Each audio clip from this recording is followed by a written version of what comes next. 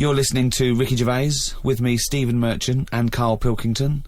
Now, you probably know me from such works as The Office and Extras, Stephen being my co-writer and co-director on those things. For those people who are not so aware of Carl Pilkington, he was our producer, sort of given to us when we first started on XFM, and you're thinking, well, why are we doing a podcast? Why are we doing a podcast for no money? Is there no money? No. It's free, innit? It's free download. But this is what I'm here to answer. It's because I like to be in a room with Carl Pilkington. You know, like some people go and help sort of chimps. Do they? Yeah. Well, they go to the jungles and things. And help out little sort of endangered Diane species. Fossey or whatever. Exactly. You're very much the Diane Fossey of the Manchester scene. Of the little bald mank world. And Carl Pilkington is an ongoing experiment for me, because I've seen him blossom from an idiot into an imbecile. And I want to see it through. Look at the way he's looking at us through the glass. Look at that. He's got a perfectly round head. And that's why I'm doing this podcast, or bodcast, as I'm going to call it in his honour. Little round-headed bod-type freak. If you're not familiar with Bod, we can maybe put up a picture of Bod, the popular cartoon kids character. Go to rickygervais.com and you will see a picture of Carl and a picture of Bod. And you draw your own conclusions as to the likeness. Carl, what do you think about all this? That's alright. Are you excited by this new technology? What? Podcasts? Yeah, exactly.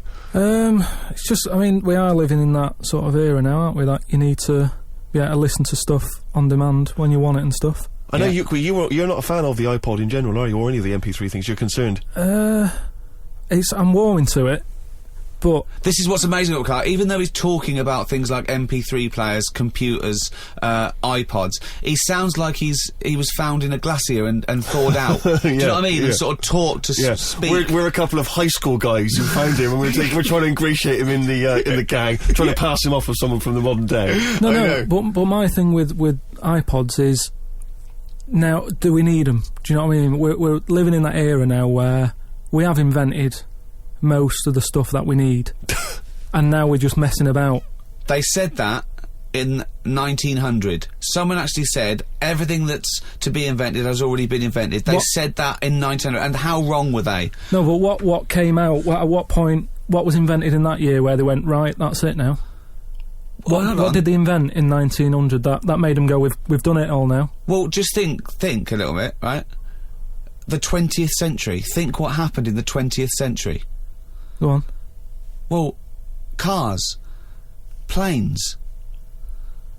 Yeah, but is that a good thing?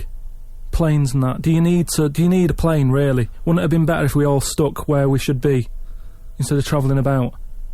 War. Well, look, war's happening, isn't it? Because everyone's saying, well, now we can fly, we'll go over there. So there were no wars prior to the invention of the aeroplane? Not like there is today. Right. But what I'm saying is, the more the world's got smaller, on it. Everyone's saying that, right? Yeah. You know, the way I was saying to you the other day, you know, we now go to places where we shouldn't go.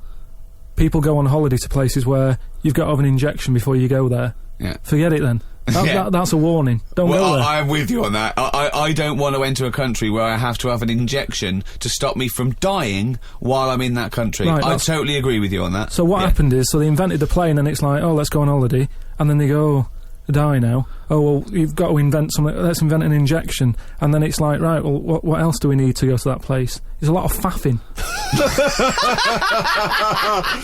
So what I'm saying is... Is that a place? A lot of faffing? What I'm saying is, you know, Steve's travelled more than I have. You've been to, like, dangerous places. I've been to places where you need injections, yeah. Yeah, but why? Because it's fascinating, isn't it? You know, don't you not believe in that idea of travel broadens the mind? You know, it makes you experience other ways of life, other ways of thinking. It just enriches you as a human being. That's the whole reason people go travelling. But since the invention of the telly, you don't have to go that far to see it. You're absolutely right. So there you go then. The telly was the 20th century, wasn't it? Yeah, it's pretty good. So where would you stop then? You'd stop making stuff now? Stop inventing stuff right now? Or do you think we could carry on for another 5 years, see what comes up, and then just draw a line under it all? Well, again, we're just messing about, and But there's still things to do, isn't there? I mean, I know, I could throw things up, you can always get an answer about it, but, you know, a cure for cancer, a cure for AIDS. Yeah, but should we mess with that? What do you mean? Because there's too many people in the world as it is, isn't there? So that's a way of controlling it, so that, you know, like, look at London, right? It's overpopulated. rent keeps going up because there's more and more people surviving, right? You let them die, it's going to even itself out. See, I was saying to someone the other day about maybe we should look at, if we're going to invent something, right, forget, like, the traditional way of people having kids, right, the way they, you know, have it away and that. You have a little What do you kid. mean? What do you mean? No, you know, like, the way that, you know, we have kids and stuff. If it'd be good if what happened was to control it is if man and woman, right, they're born and that, they enjoy their life, they learn a lot, they live to be about 78, I think, by that point. So specific. Yeah, 78, No, yeah. but by 78, I reckon you've sort of got to that point where you go, do you know what, I've done everything I'm going to do. If you haven't bungee jumped by the time you're 78, you're not going to do it. No. You know what I mean? So it's kind of like... Your hips have come off. You've done it all now, so I've had my innings. Yeah. And then you die, right? So, say if everyone had that, they live to be 78. But then, just as you die... They give you the bumps. You get... You have a little baby inside you, and as you die, your life carries on. Sorry. How is this happening? Sorry, are you mental? No, but don't you think... I mean, what? I've never heard such drivel. You're saying that, but if Newton said it, you'd go, interesting. That's what annoys me. The point is, Carl, he never would. No, He'd never say it, that's the point. But if you never say it, I don't understand what you're talking about there. What? How was it? How is there a little baby in a 78-year-old? No, what I'm saying is it's like an apple, where the apple grows and it's got its little baby pips in it, and the apple goes and the seeds are planted and a new one's born. But that's what happens. But that is what reproduction is. Yeah, but I'm saying babies aren't being born left, right and centre. It's controlled, so that as someone dies, someone's born. But Carl, stop. Whose responsibility is Look, this? if you don't want to do it, we won't do it. But I'm is it just supposed to be nature? Has nature got to develop humans so that we act that way? We live that way, or is this a scientific experiment? He said to you then, he said, look, if you don't want to do it, we don't need to do it. Yeah. Like, if you were up for it, we'll sort it out. Yeah. We can do that. We'll have a whip round so we can do the research. I just think, at the end of the day, we've got to do something. And is anyone keeping an eye on this and looking at what we can do next to control the population thing? It does my head in that I've got to live in London for work and what have you, and there's loads of people here, and, you know, forget going out on a Saturday night, it's too busy.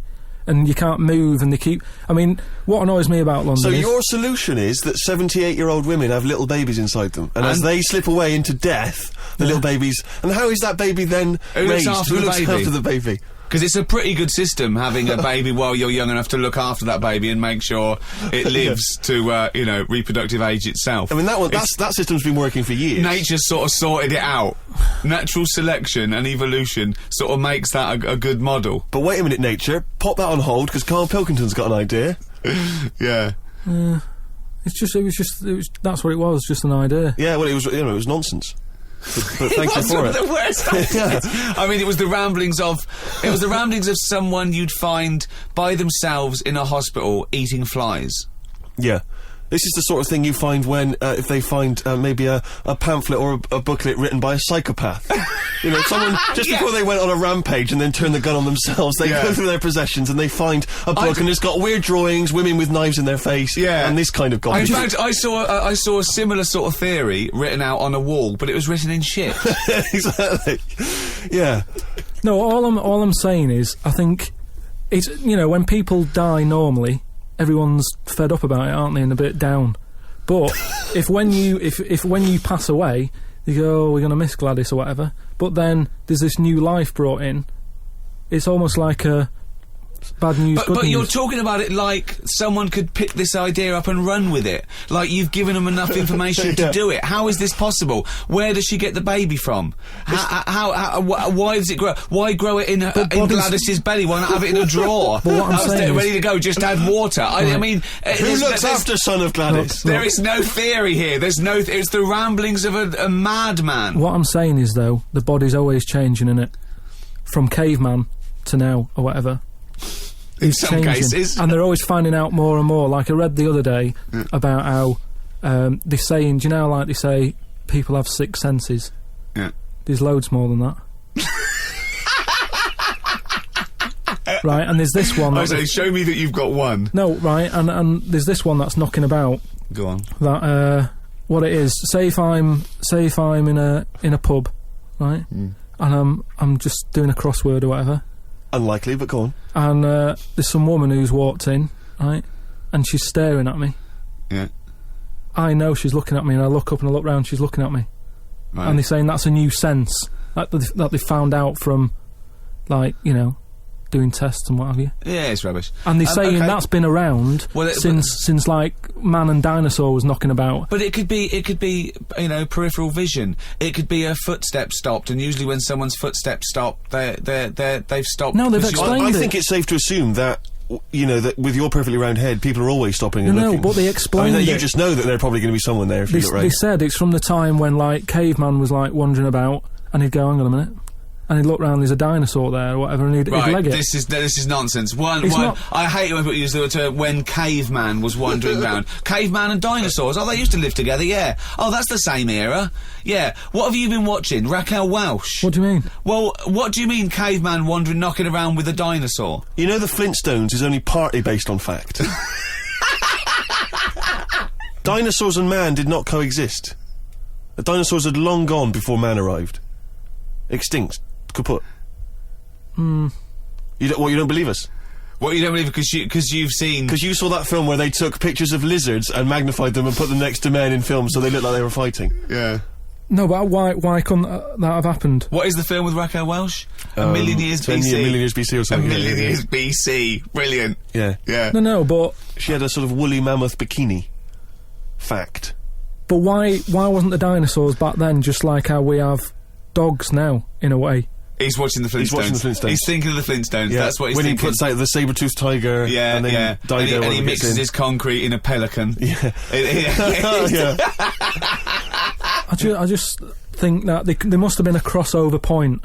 Why? Why did you say that? Why do you think there must have been a crossover There must have been. Because if nothing was knocking about at any point, how did anything carry on? I know. Exactly. Why didn't Hitler meet Nero? It's weird, isn't it? There must have been a crossover. They must have met somewhere. They must have met at a party somewhere. They mixed in similar circles. Yeah. Well, I mean, are you telling me that Ken Dodd has never met Genghis Khan? They must have bumped into... I can't believe it. Forget it. Oh. You're listening to Ricky Gervais with Stephen Merchant and Carl Pilkington. Coming up after the ads, Monkey News. What ads? No ads, no? No, we're not. There's nothing here. There's no records. We just got to keep on talking. Okay. Which is not. We could do our own ads. Okay. Bring tea for the Tillerman, steak for the sun. Out now to own on DVD. Ricky Gervais's and Steve Merchant's award-winning extras. With Ross Kemp. Oh, zippy. With Les Dennis. Put your arse away, Les. I don't really know. And Kate Winslet. Oh, this nun outfit makes me talk dirty. Out now on DVD. Extras. Did you like Flanimals? The Ricky Gervais book for kids with pictures of made-up creatures in of different colours? Well, if you did, there's more of them now in the new book, more Flanimals. Which is also by Ricky Gervais, drawings by his mate. Out now. The Ricky Gervais Show on Guardian Unlimited. You're listening to Ricky Gervais with Steve Merchant and Carl Pilkington. Well, now time for one of our regular features. Monkey News. Do the jingle. Oh, chimpanzee that monkey news. Right, what we're doing here is just giving you a bit of monkey news that's gone on, right, where a monkey's been involved in it. Good little story in that. Yeah. Are you familiar with the one that went into space? The first sort of thing they ever sent up there before man did it and all that. You see, this is what annoys me with it really. Armstrong gets all the glory, but do you know who went up there before him? A monkey. Yeah. Dog went up first. But what was the monkey called? I don't know. No, sure, okay. So it's not the most informed news bulletin. The dog was called Laika. Was it? Yeah, they couldn't get it back there. They sent it up there, did a few tests and stuff, and they couldn't get it back. They weren't prepared to bring the capsule back yet. Brilliant. We could all do that. So is that a good mission?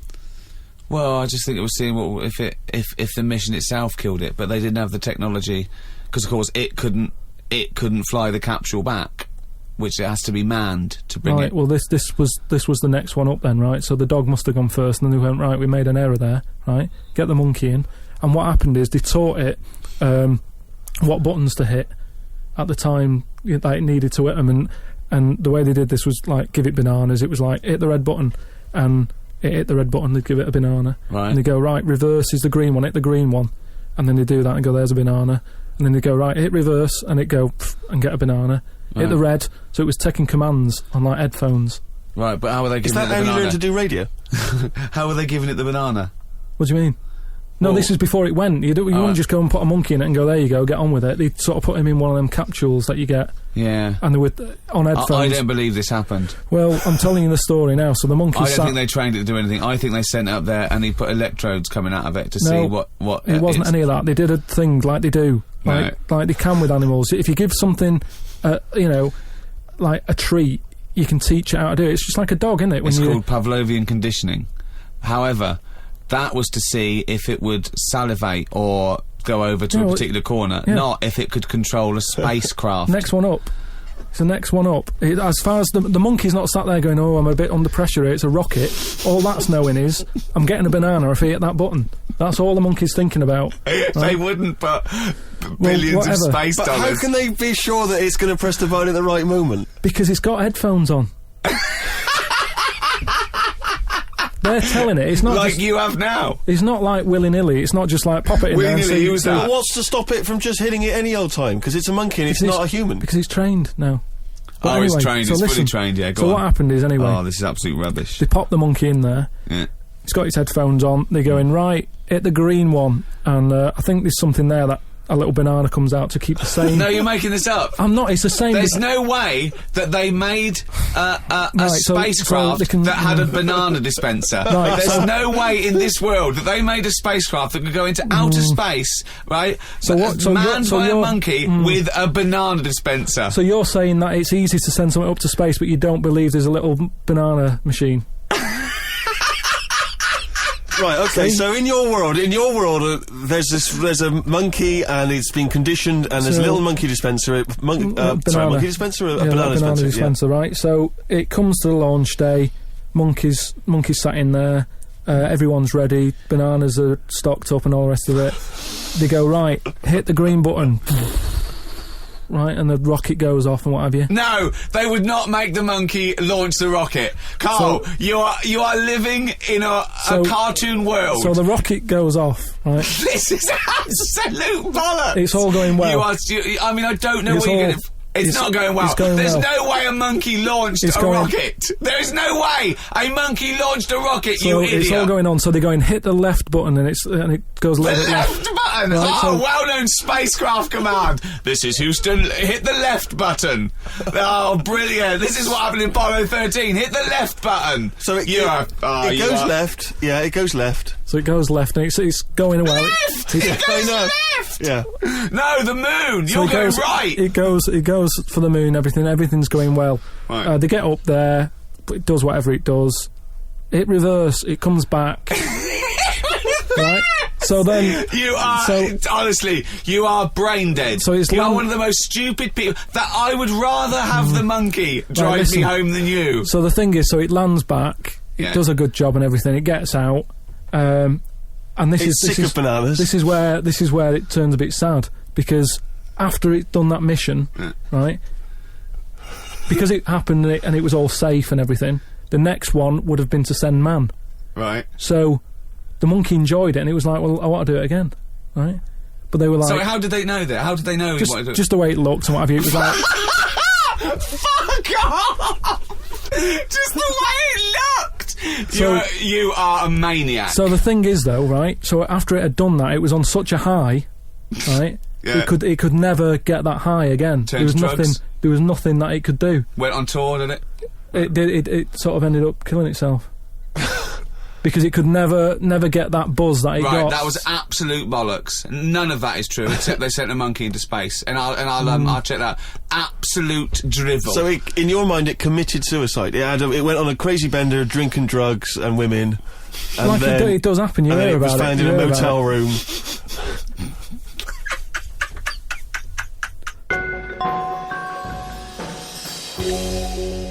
Right, do you know, like, you don't believe in, like, scary stuff?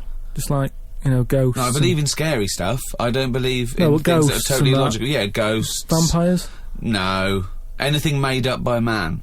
Well, anything. there was something in the paper the other day about a vampire. How they found one. They dug something up. It was in the paper. And, it's true then. It's definitely true. But we'll leave that. then. But we'll leave that because you're just going to do that, so it doesn't matter. No, come on. No, come come on, quickly, tell us. Come on. No, it's just that they found a body in a coffin with a bit of wood through its heart and a knife in its mouth. But if you don't believe it, It was a then what's the vampire point? pirate. Well, It was a vampire pirate. But that's definitely proof of a vampire then, and of course, and not some grotesque murder.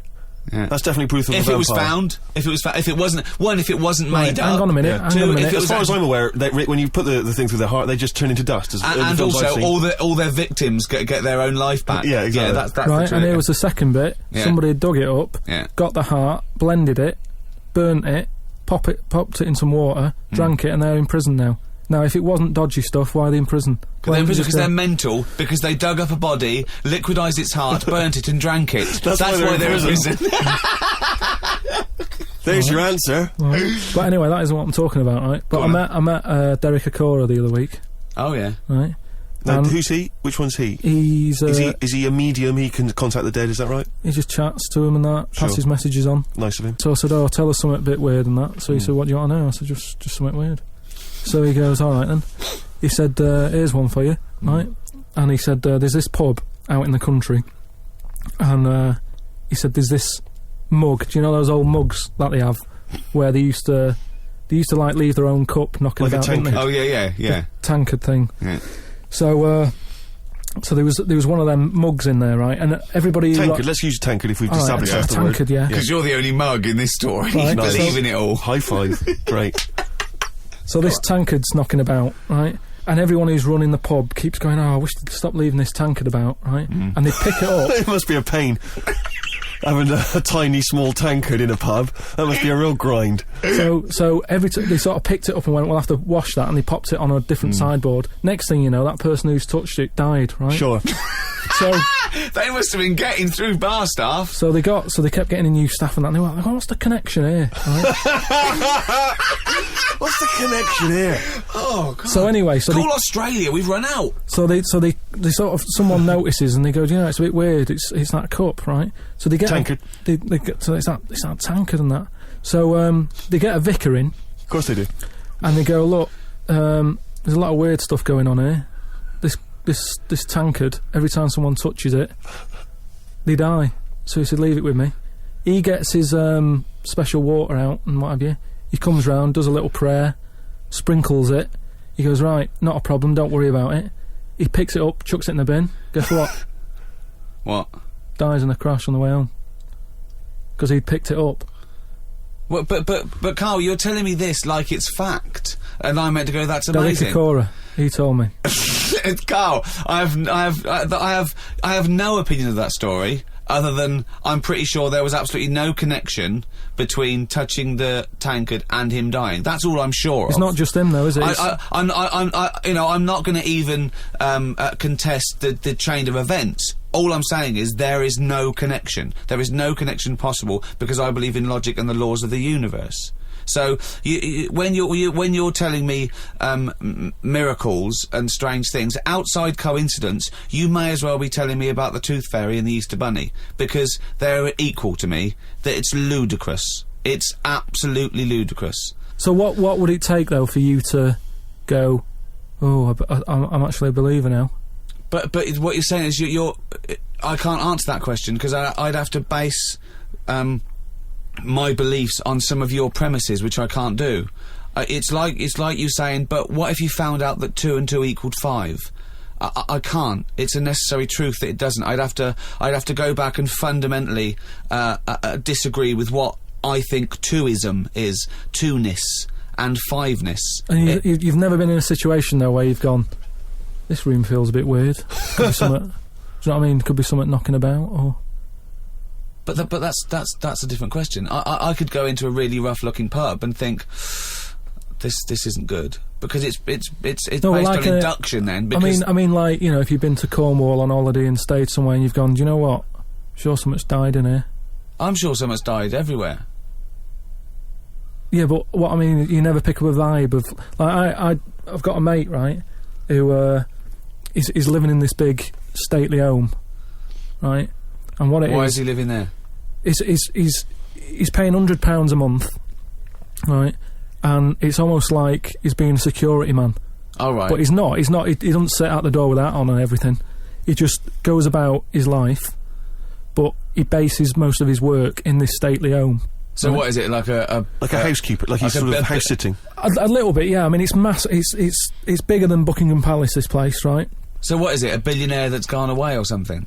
I think it's some sort of, I think he said something about a viscount or something, right? He said he owns this place. He's living in America. This place he owns, but it's falling to bits. Wow. And he's worried that people are going to go in there and squat and what have you. So he said to me, mate, you know, there was an advert in the paper, he doesn't know him, advert in the paper saying, do you want to live in a big house? 100 quid or whatever. And he went and had a look, right? And he's living in there now. He pays £100 a month. There's about 80 rooms. Gee. And it's this big stately house and what have you. And I went down there. He said, oh, come down and have a look, right? And from outside you go, oh, this is brilliant. It's like something out of, you know, like the Man of Bourne or something. You go, this is impressive. But then when you get in, it's like, it's a wreck. It's just falling apart because they can't afford... Well, it's just been left. No one's doing any vacuuming up or anything. There's like rat poison everywhere. Like windows are smashed, doors kicked in. That's a real shame. Why is it? Is it? I don't think he's doing his job, is he? Is it because it would cost like millions to do up or well, something? Apparently it'd be like, I think they're going to have it done up, but it's going to cost like 80 million, right? So anyway, it's a big house. It's a big house. So we go to the pub and what have you. I've got like a little torch, and we're wandering around looking in all these different rooms, right? And I'm asking him, how's it got in this state? Do you know what I mean? If someone's had it, why have they let it get to this state? And he was saying how, you know, it was like a mental home at one point, and it was like a drug thing as well. People who had problems with drugs, they popped them out there because it's in the middle of nowhere. Do you know what I mean? If you needed drugs or anything, forget it. It's not going to happen. Do you know what I mean? So that's straight away. Do you know, like, have you ever been in a hospital when it's been shut down, or a school when there's no kids in it, and there's that sort of bad atmosphere of like weirdness? Yeah. Right? For the sake of argument, yeah. So we're wandering about, and I say, oh yeah, what's in this room, right? And we go in, and all the floors are like a wreck and rotten and stuff. And I looked at the wall, and there was like a little piece of paper stuck on the wall, right? And I said, what's this here? So I wandered over, right? Got right up close to it, and somebody had wrote somebody had wrote Oh. Somebody had rotated. Imagine him on Jack and Horry. Right, okay. Right, go on, sorry. So there's a little sign there, right? And I go up to it, and it says flies, right? With an arrow. Flies this way, right? So I think that's a bit weird. So I follow the arrow, right? Which goes to this corner where there's a shelf. About 3,000 dead flies on it. Oh my God. Condom stuck on the top. That's weird, isn't it? That is weird. That is weird. Right? So I'm looking at that, and there's loads of stuff on the floor and that, bits of paper. Picked up this bit of paper, right? And it had, like in biro and that, it looked really old, like it'd been there years. And it had something like, need nappies, dummy, right? Blankets, blah, blah, all this, like, all stuff for, like... And I turned it over, right? And it said, none of this now needed, baby dead.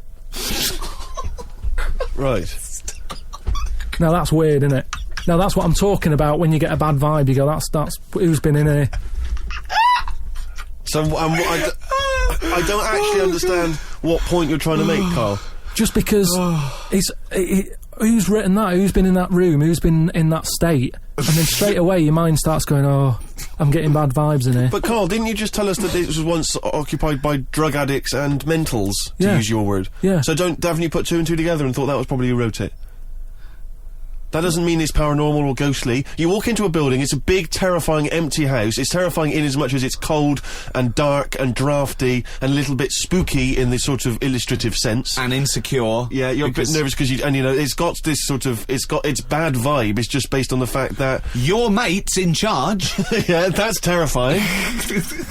I mean, yeah, so it's like saying, are we scared of the dark? Yes, I understand why people are scared of the dark. I'm a little bit scared of the dark. You're walking along. Because you don't know what's in it. Yeah, you don't know what's in the darkness. That's why people get nervous. It doesn't mean you have to make the leap then that you've got some paranormal sense. Oh my God, I'm Carl Pilkington, and hang on, just like Derek Acora, I have sensed something strange and evil in this room. Wait a minute, there's some flies in a condom. I was right all along. That is weird. Flies in a Johnny equals badness. The flies in a condom was weird. It's weird. I don't know. But the note. Yeah. I just think of his face when he saw that, reading it by torchlight. You must have been terrified. It's a bit odd, isn't it?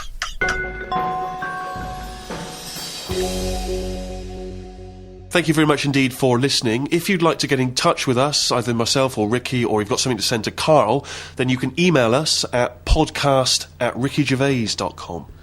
I'd just like to say thank you to both The Guardian for sponsoring this and Positive Internet for hosting this podcast. Both great. The guys at Positive Internet know exactly what they're doing. They're my kind of people, as is The Guardian. You weren't contractually obliged to say that, were you? It just sounded... No, it's what I think. Just what I think. Right. It's just I've not heard you mention either of them before in that way. It just sounded a little... Oh, you're joking. I both love The Guardian and Positive Internet. Great guys.